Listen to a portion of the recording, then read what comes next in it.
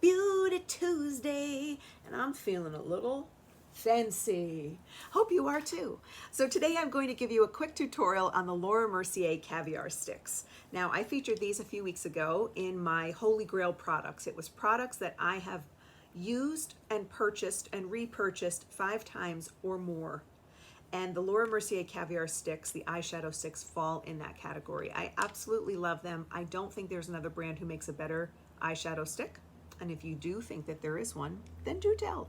But I think the range of colors, the pigments, the ease of use, I don't think any other brand makes one better. So I am going to show you a quick tutorial. It was the actual look I had done in that video, and I had a couple followers, including Gina. Hey Gina, say, can you please do a tutorial on that look with those caviar sticks, because I find them a little hard to work with sometimes. And so I am here to help.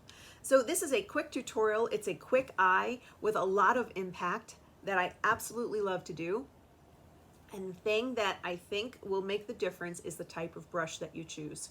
So for me, whenever I use these, I always reach for denser brushes. So if you've got these kind of fluffier, softer bristle brushes, these are not the best for the caviar sticks because they're too soft, and as you're trying to blend them, it's not dense enough, and the bristles aren't stiff enough to move that cream texture around. So stay away from brushes like this and reach for brushes instead that look more like this. Something that's a little bit more dense, where the bristles are a bit more stiff.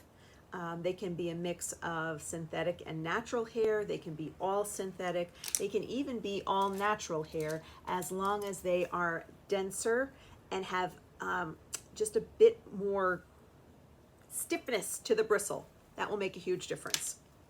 So here it is, the quick and dirty. So because I am hooded, I always contour my upper lid, my muffin top, if you will.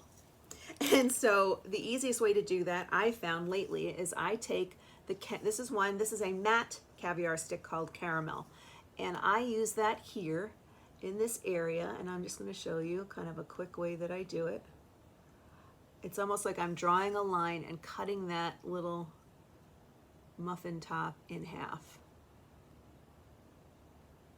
And then I bring it into that inner corner. This is especially great too if you find that you get puffy in this inner corner.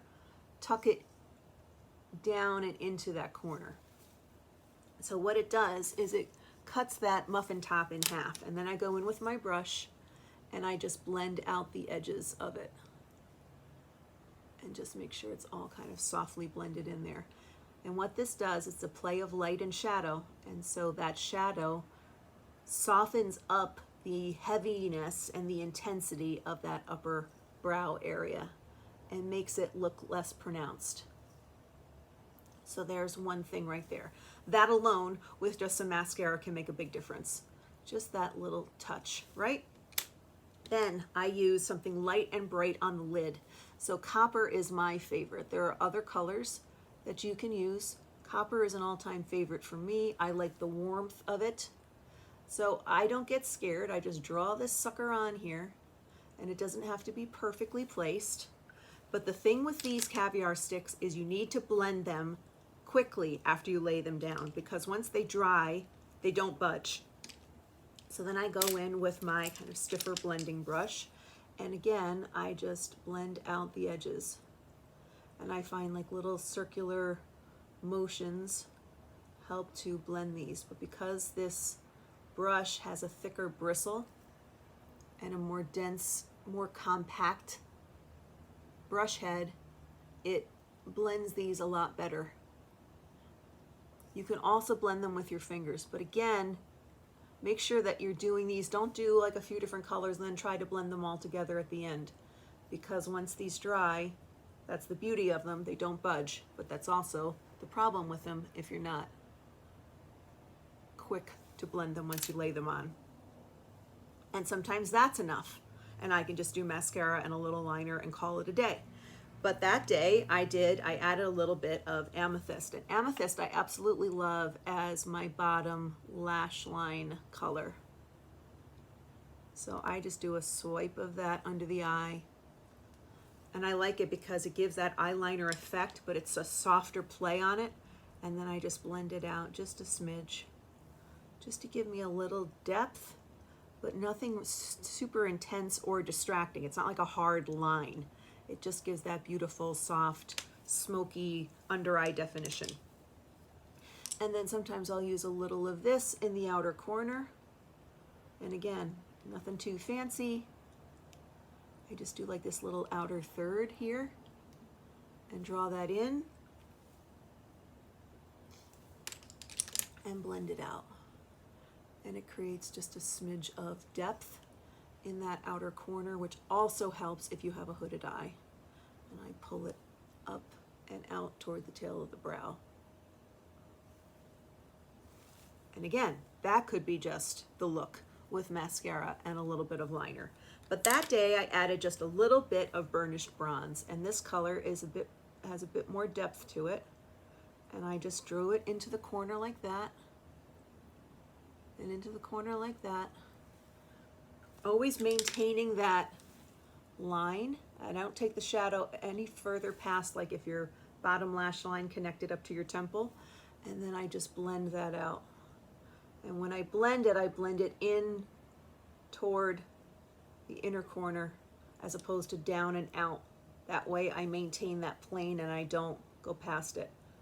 And what I do is I just pull up into the fold a little bit to help with that hooded area on my eye. And so same thing, pull in and pull up. And I think that day I may have even did a tick of it in that bottom edge just to pull them all together.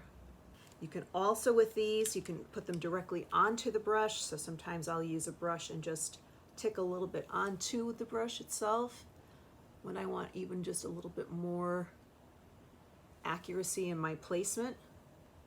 And it gives me that real cut crease in there. And then what that ends up doing is, because that helps it recede even further, it brings that lid space out more and it makes it look more pronounced. Then I throw on a little bit of mascara.